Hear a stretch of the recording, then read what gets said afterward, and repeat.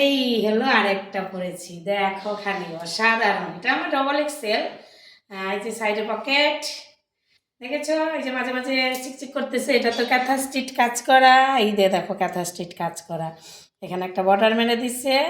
ভীষণ সুন্দর লাগতেছে আমাকে এই কালারটা, দেখেছো লংটা ভীষণ ভীষণ ভীষণ সুন্দর।